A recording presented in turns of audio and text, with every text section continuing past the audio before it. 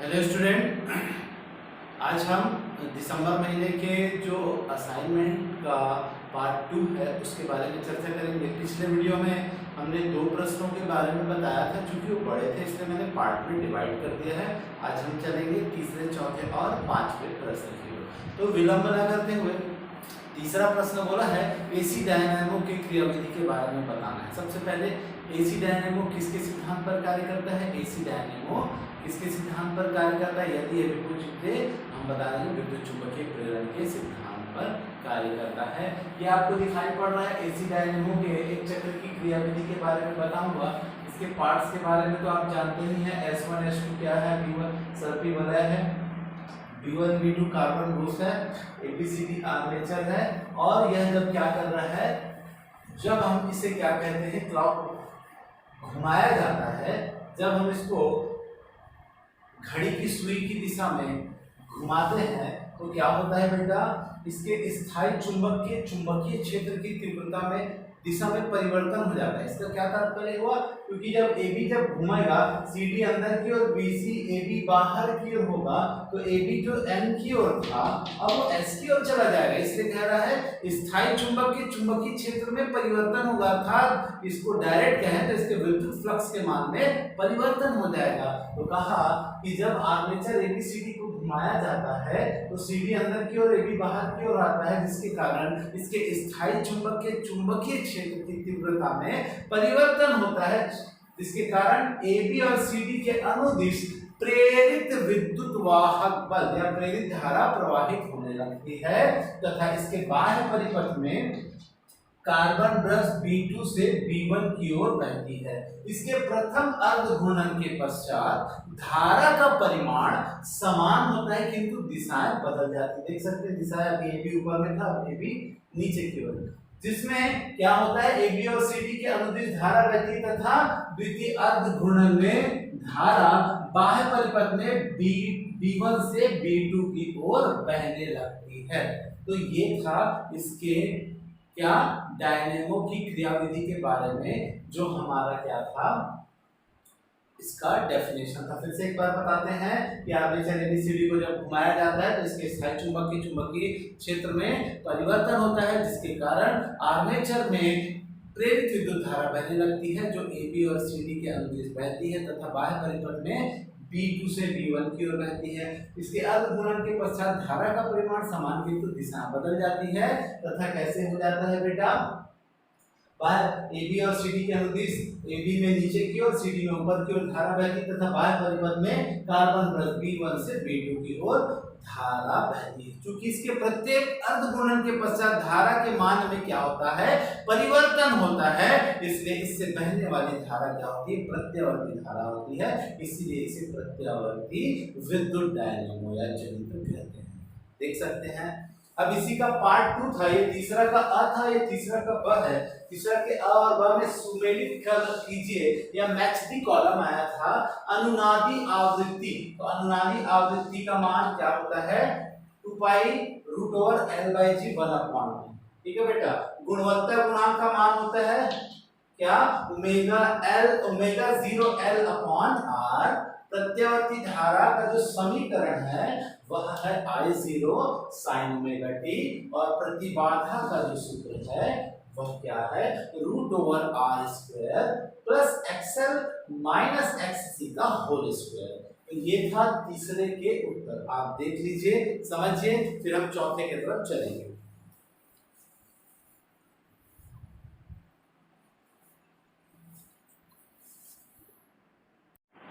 चौथा जो प्रश्न है, चौथा प्रश्न कहता है समताप मंडल के ऊपरी सतह पर जो एक ओजोन परत है वह मानव जाति के लिए निर्णायक है, क्यों? तो हम जानते हैं समताप मंडल क्या होता है बेटा, पृथ्वी सतह से हाईएस्ट 80, क्योंकि 80 तक का 85 किलोमीटर तक की ऊंचाई पर रहती है, जिसमें 30 से 50 किलोमीटर के दायरे में, कितने से 30 किलोमीटर से 50 किलोमीटर के दायरे तक का जो परत होता है उसे ओजोन परत कहते हैं। यह एक निर्णायक परत इसलिए है क्योंकि यह आकाशीय विकिरण जो सूर्य प्रकाश से आने वाली पराबैंगनी जैसे हानिकारक विकिरणों को हम तक आने से रोकती है तथा पेड़ पौधे जीव जंतु सबके लिए यह विकिरण हानिकारक है और इन हानिकारक विकिरणों को हम तक पहुंचने में बाधा के रूप में एक परत होती है और उस परत को ही क्या कहते हैं, ओजोन परत कहते हैं और ओजोन स्फीयर भी कहा जाता है इसे।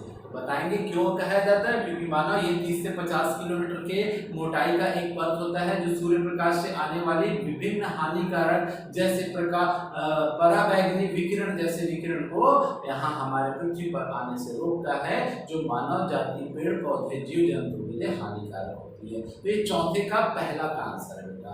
चौथे का दूसरे का आंसर है किसी रेडियो स्टेशन से 10 मेगाहर्ट्ज और 15 मेगाहर्ट्ज की आवृत्ति को एक साथ समस्वरित कर रहा है, एक साथ क्या कर रहा है, रिलीज कर रहा है। तो बोल रहा है संगत तरंग दैर्घ्य का बैंड की मान को ज्ञात कीजिए, बैंड की चौड़ाई ज्ञात कीजिए।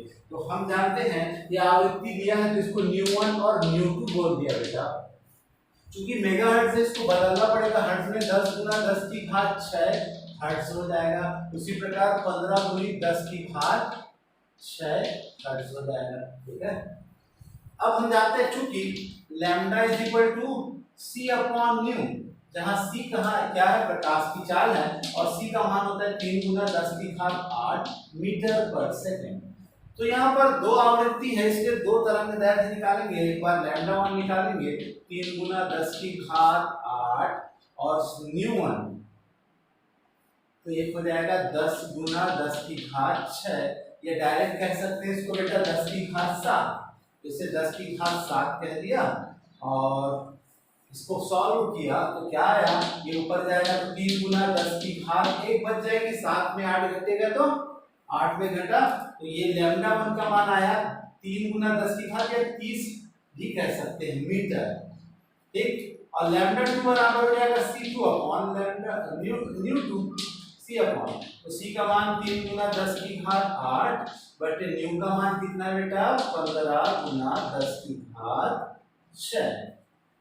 तो इसको हमने किया तो 3 एकम 3 5 15 1 बटे 5 गुना कितना हो गया 10 की घात 2 हो जाएगा और 1 को जब हम भाग देंगे 5 से तो क्या होगा 0 दशमलव लगाया 0 बढ़ाया 5 दूनी 10 हो जाएगा 0.2 × 10 to the power 2, या इसको अगर हम गुना कर देते हैं तो क्या हो जाएगा 20 मीटर आ जाएगा।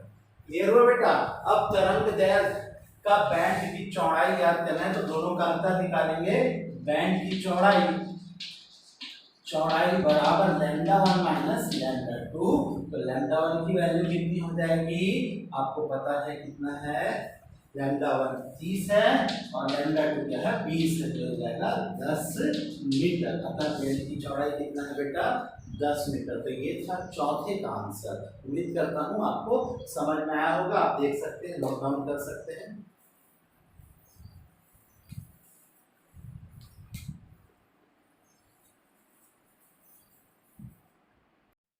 पांचवें प्रश्न की तरफ हम चलेंगे। पांचवा प्रश्न कहता है परावर्तक दूरदर्शी किसे कहते हैं, इसके कोई दो उपयोग या विशेषता बताइए। तो परावर्तक दूरदर्शी, सबसे पहले दूरदर्शी के बारे में चले तो दूरदर्शी एक ऐसा यंत्र होता है जो दूरस्थ वस्तुओं को देखने के काम आता है। यह दो प्रकार का होता है, एक अपवर्तक दूरदर्शी और एक परावर्तक दूरदर्शी। तो अपवर्तक दूरदर्शी वे दूरदर्शी होते हैं जिसमें क्या होता है बेटा, जिसमें अभिदृश्यक लेंस का उपयोग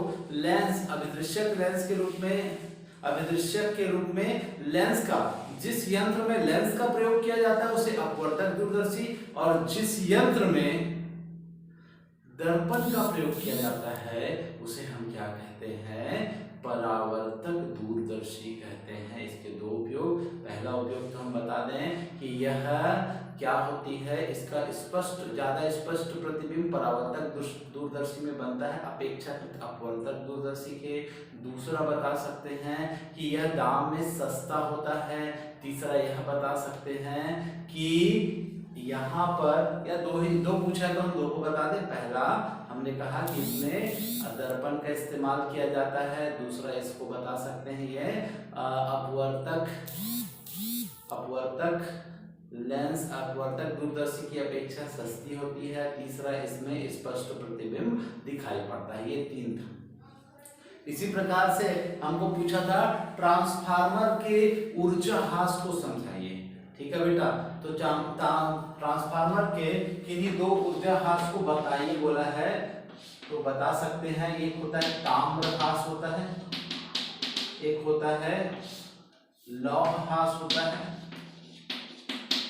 है, एक विद्युत फ्लक्स क्षरण होता है। ठीक है, विद्युत फ्लक्स क्षरण, ये 3 प्रकार के ह्रास होते हैं ट्रांसफार्मर में। और भी होते हैं, 4-5 प्रकार के होता है, लेकिन हमें 2 पूछा तो मैंने आपको 3 बताया है। तो उम्मीद करता हूं ये दिसंबर का असाइनमेंट कि आपको सभी प्रश्नों के उत्तर मिल गए हैं।